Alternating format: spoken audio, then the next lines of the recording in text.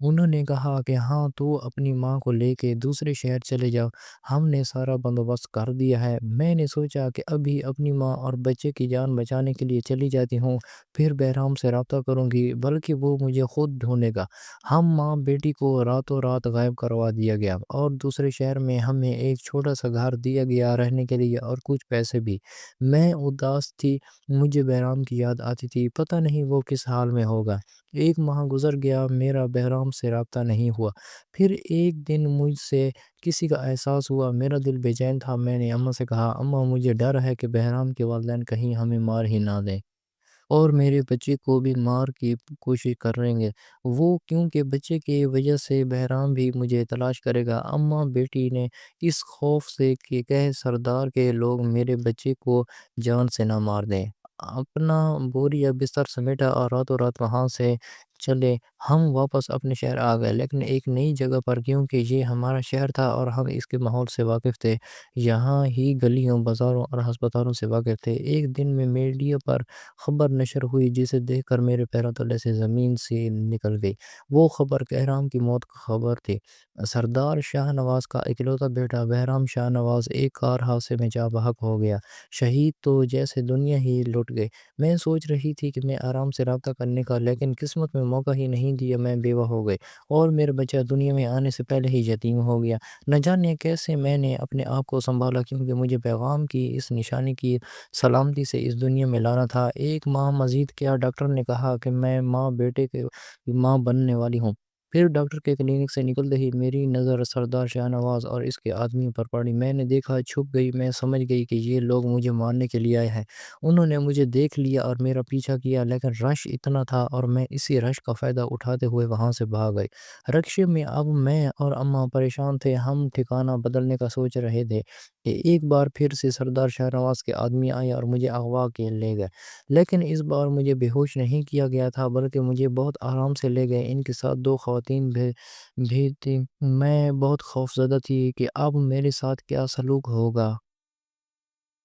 سفر کرنے کے بعد مجھے محسوس ہوا کہ یہ تو وہی حویلی ہے جہاں پہلے بہرام مجھے لایا تھا، یعنی اس مرتبہ مجھے حویلی لایا گیا تھا، مگر کیوں؟ ان دو عورتوں نے مجھے بڑے آرام سے گاڑی سے اتارا اور بہت احتیاط سے مجھے تھام کر حویلی کے اندر لے گئے۔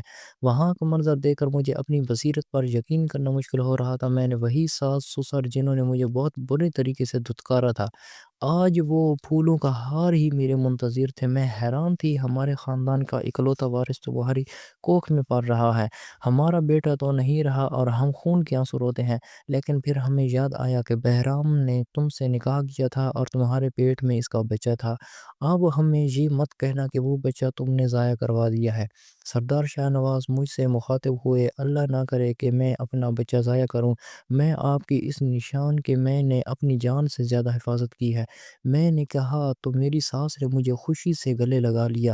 کیا یہ بیٹا ہے؟ میری ساس نے امید سے پوچھا۔ جی بیٹا ہے، میں نے کہا تو میری ساس سے میری پیشانی پر بوسہ دیا اور میرے سسر نے میرا صدقہ دیا اور بیٹے کی خوشی میں حویلی میں جشن کا اعلان ہوا۔ سب نے اعلان کروا دیا گیا کہ یہ بہرام کی منقوط تھی اور یہ بیٹا جلنے جا رہی تھی، اور نکاح نامہ اور ہمارے نکاح کی تصاویر سب کو دکھائیں۔ اس سے سکون ملا کہ چلو میرے بیٹے کو اس کا ملنے والا ہے۔ بہرام کا نام مل گیا، مجھے حویلی کا وہی کمرہ دیا گیا جو بہرام کا تھا اور میرا خاص خیال رکھا جا رہا تھا۔ میری ساس مجھے الٹرا ساؤنڈ کے لیے ایک لیڈی ڈاکٹر کے پاس لے گئی جن کا نام نازیہ تھا۔ ڈاکٹر نازیہ نے مجھے الٹرا ساؤنڈ کے لیے لٹایا تو مجھ پہ اور غنودگی طاری ہو گئی اور نہ جانے کیسے مجھے نیند آ گئی۔ میری آنکھ کھلی تو دیکھا کہ میں الٹرا ساؤنڈ لے کمرے میں ہوں، لیکن وہاں ڈاکٹر نازیہ موجود نہیں تھی۔ میں حیران تھی کہ مجھے نیند کیسے آ گئی۔ ہاں، لیکن اگر ہم دوران خواتین کو نیند زیادہ آتی ہے اور اچانک بیٹھے بیٹھے ہی آتی ہے، شاید مجھے بھی اسی وجہ سے آ گئی تھی، کیونکہ پہلے بھی ایسے ہی بیٹھے بیٹھے میری کئی بار آنکھ لگ گئی تھی، لیکن وہ حمل کے شروع کے دن تھے۔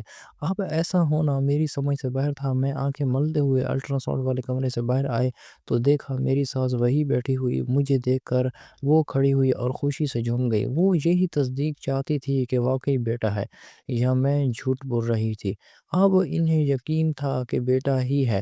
تو انہوں نے ڈھیر سارے پیسے نکالے اور میرے سر پر وارنے لگے، پھر باہر آ کر سب غریبوں میں تقسیم کر دیا۔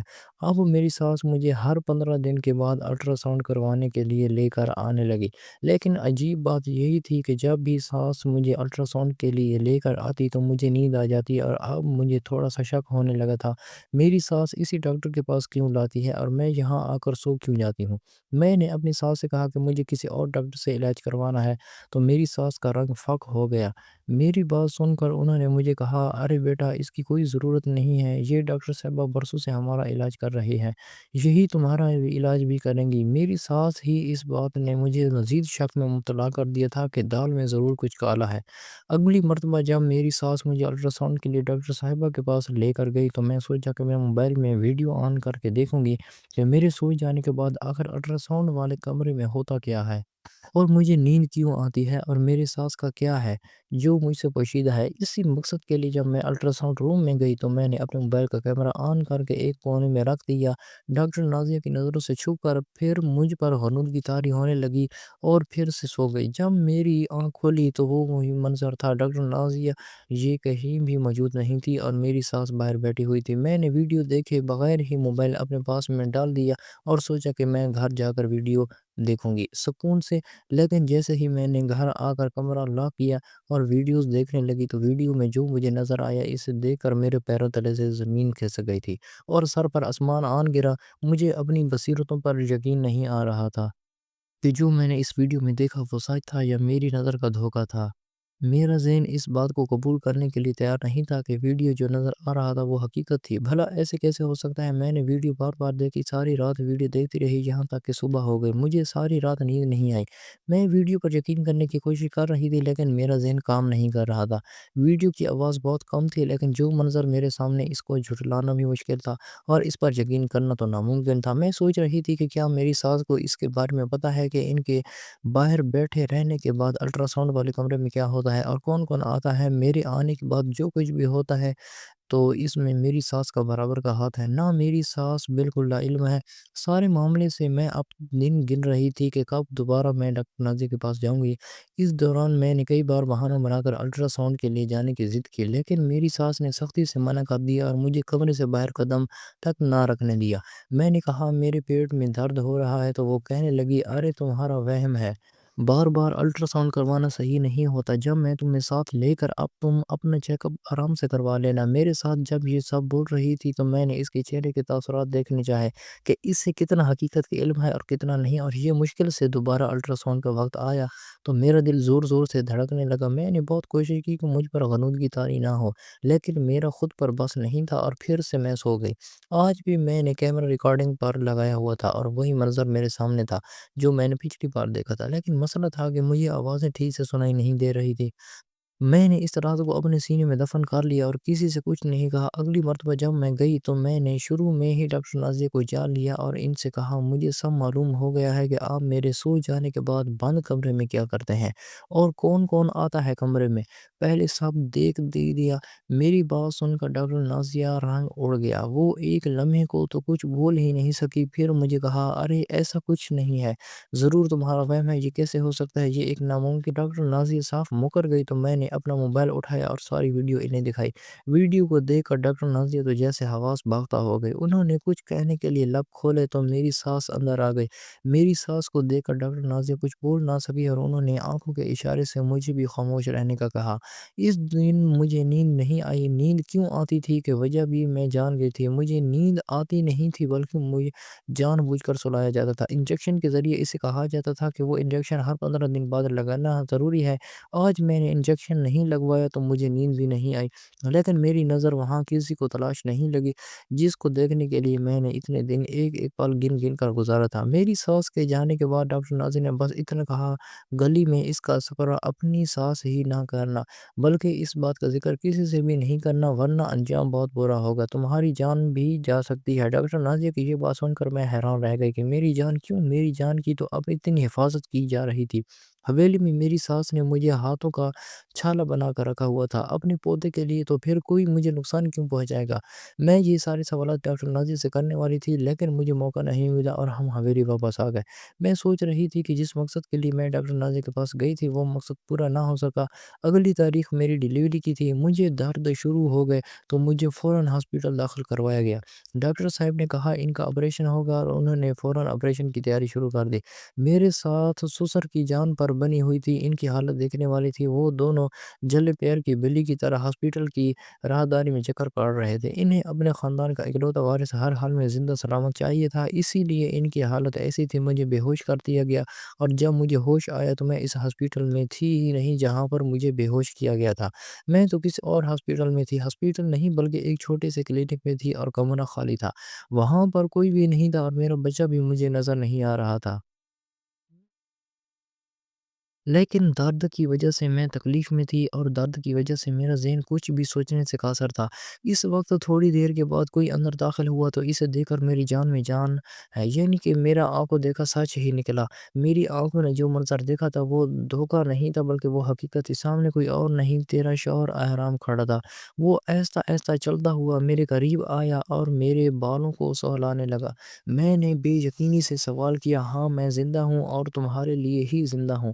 وہ محبت سے بولا، وہ تمہارے مرنے کی خبر میں نے پوچھا، میرے مرنے کی خبر میں نے خود جان بوجھ کر پھیلائی تھی، یہ سب میری پلاننگ تھی، تمہاری اور اپنے بچے کی جان بچانے کے لیے میں نے تمہیں بہت ڈھونڈا، پھر مجھے معلوم ہوا کہ بابا سائی نے تمہیں اغوا کروا لیا ہے اور وہ تمہیں جان سے مار دینا چاہتے ہیں اور میرے بچے کو بھی۔ یہ سن کر میرا دل کٹ کر رہ گیا تھا، میرے ماں باپ میری محبت کو قتل کر دینا چاہتے ہیں۔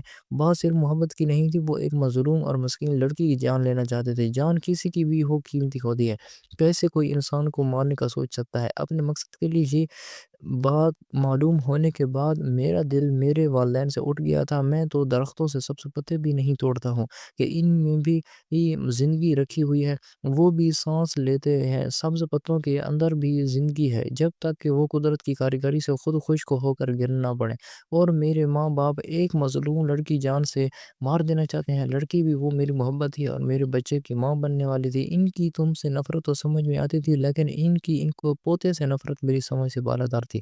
میرا وہ معصوم سا بچہ جو ابھی اس دنیا میں آیا ہی نہیں تھا، اسے آنے سے پہلے ہی میرے والدین مارنے بیٹھے تھے۔ پھر میں نے یہ سارا ڈرامہ رچایا اور پلاننگ کی اور اپنے قتل کی خبر کو وائرل کر دیا، کیونکہ مجھے معلوم تھا کہ میرے مرنے کی خبر سن کر میرے والدین اپنی آخری نشانی کو ہر حال میں بچانا چاہیں گے، اور ویسا ہی ہوا جیسا میں نے سوچا تھا۔ اپنے خاندان کے اکلوتے چشم و چراغ اور میری آخری نشانی کو بچانے کے لیے انہوں نے تمہاری حفاظت کی۔ اس سارے کھیل میں ہماری خاندانی ڈاکٹر نازیہ میرے ساتھ تھی۔ ڈاکٹر نازیہ نے ہمدردی کی وجہ میری مدد کی، انہیں کسی قسم کا کوئی لالچ نہیں تھا، انہوں نے میرا ساتھ دیا، اگر وہ میرا ساتھ نہ دیتے تو میرے لیے بہت مشکل ہو جاتی۔ اس پلاننگ میں ڈاکٹر نازیہ نے میری امی سے کہا کہ ہمارے بچے میں سے صرف ایک کا بچنا ہی ممکن ہے، تو میری ماں نے کہا کہ بچے کو بچائے وہاں مرتی ہے تو مر جائے۔ یہ جھوٹ بھی میں نے ہی ڈاکٹر نازیہ سے بولنے کو کہا تھا، اور اس لیے میری ماں ان کے سوا کسی اور کے پاس تو تمہیں لے کر جانا ہی نہیں چاہتی تھی، کیونکہ دوسری ڈاکٹر یقیناً تمہاری جان بچانے کی کوشش کرتی، کیونکہ ہر کا یہی اصول ہے کہ پہلے ماں کو بچایا جاتا ہے، اس کے بعد بچے کو بچانے کی کوشش کی جاتی ہے۔ جیسے ہی ڈیلیوری ہوئی ڈاکٹر نازیہ نے بچہ ان کے حوالے کر دیا اور ان سے کہہ دیا کہ آپ کی بہو مر چکی ہے اور اسے روح پوش کروا دیا گیا ہے ہاسپٹل سے، اب میرے ماں باپ کی نظر میں ہم دونوں مر چکے ہیں اور میں تمہیں لے کر جا رہا ہوں امریکہ۔ اپنا بچہ میں نے اپنے ماں باپ کے حوالے کر دیا، ہم امریکہ جا کر دوسرے بچے پیدا کریں گے اور وہاں پر ایک خوشگوار زندگی گزاریں گے۔ میرے قاتل والدین بہرام کی زبانی ساری سچائی سننے کے بعد میں حیران ہو گئی کہ یہ شخص مجھ سے اتنی محبت کر رہا ہے۔ میں خود تو قسمت ترین سمجھنے لگی، لیکن میں نے اس سے شکوہ کیا، جانتی ہو تمہارے بغیر میں نے یہ وقت کتنی حیثیت سے گزارا ہے، ہر وقت تمہاری یاد میں روتی رہتی، بے چین رہتی اور بچی کو بچانے کی خاطر اپنے ڈھولے پر کنٹرول کرنے کی کوشش کرتی تھی تاکہ کہیں تمہاری آخری نشانی کو کوئی نقصان نہ پہنچے۔ کوئی اسے قتل کر دے تمہاری نشانی کو صحیح سلامت دنیا میں لانے میں نے اپنے ہاتھوں پر بھی قابو رکھا۔ بہرام نے کہا کہ جو ہوا اسے بھول جاؤ، وہ مجھے لے کر اپنے گھر آ گیا جو اس نے خفیہ طور پر لے رکھا تھا، لیکن میں نے اس کی منتیں کی کہ اس کے والدین کو اس کی ضرورت ہے، اس کے غم میں وہ نڈھال تھے۔ میں نے ان کی حالت خود دیکھی ہے اور اس کے بچے کو بچانے کے لیے انہوں نے کتنے جتن کیے تھے۔ میں نے اس سے کہا اپنے والدین کو معاف کر دے، لیکن وہ کسی صورت نہ مانا۔ مجبوراً مجھے اپنے سسر کو فون کرنا پڑا۔ بہرام سے چھپ کر میں نے فون پر ہی میرے سسر کو بتایا کہ بہرام زندہ ہے اور یہ ساری پلاننگ انہوں نے ہی کی تھی۔ مجھے وہ امریکہ لے کر جانا چاہ رہے ہیں، لیکن میں آپ سے آپ کی اولاد کو جدا نہیں کرنا چاہتی ہوں، اس لیے آپ کو بتا رہی ہوں آپ لوگ یہاں آ جائیں اور بہرام سے معافی مانگ کر اس کو راضی کریں۔ میری ساس سسر فوراً چلے آئے۔ انہوں نے میری بات کا یقین نہیں کیا تھا، انہیں یقین آ نہیں رہا تھا۔ میرے بتائے ہوئے پتے پر وہ لوگ آ گئے اور اپنی آنکھوں سے اپنے بیٹے کو زندہ سلامت دیکھ کر ان کی خوشی کا کوئی ٹھکانہ نہیں تھا۔ انہوں نے بہرام سے معافی مانگی اور میرا بھی شکریہ ادا کیا کہ میں نے ان کے بیٹے کو ان سے دوبارہ ملوا ہے۔ ان کا بیٹا تو ان سے ملنا بھی نہیں چاہتا تھا۔ میرے ساس سسر نے مجھے قبول کر لیا اور مجھے بے حد محبت دینے لگے۔ میں نے ان کو ساری سچائی بتا دی اور اس کی وجہ سے میری قدر ان کی نظروں میں بڑھ گئی تھی، اور آج میں ان کے ساتھ اس حویلی میں خوشگوار زندگی گزار رہی ہوں۔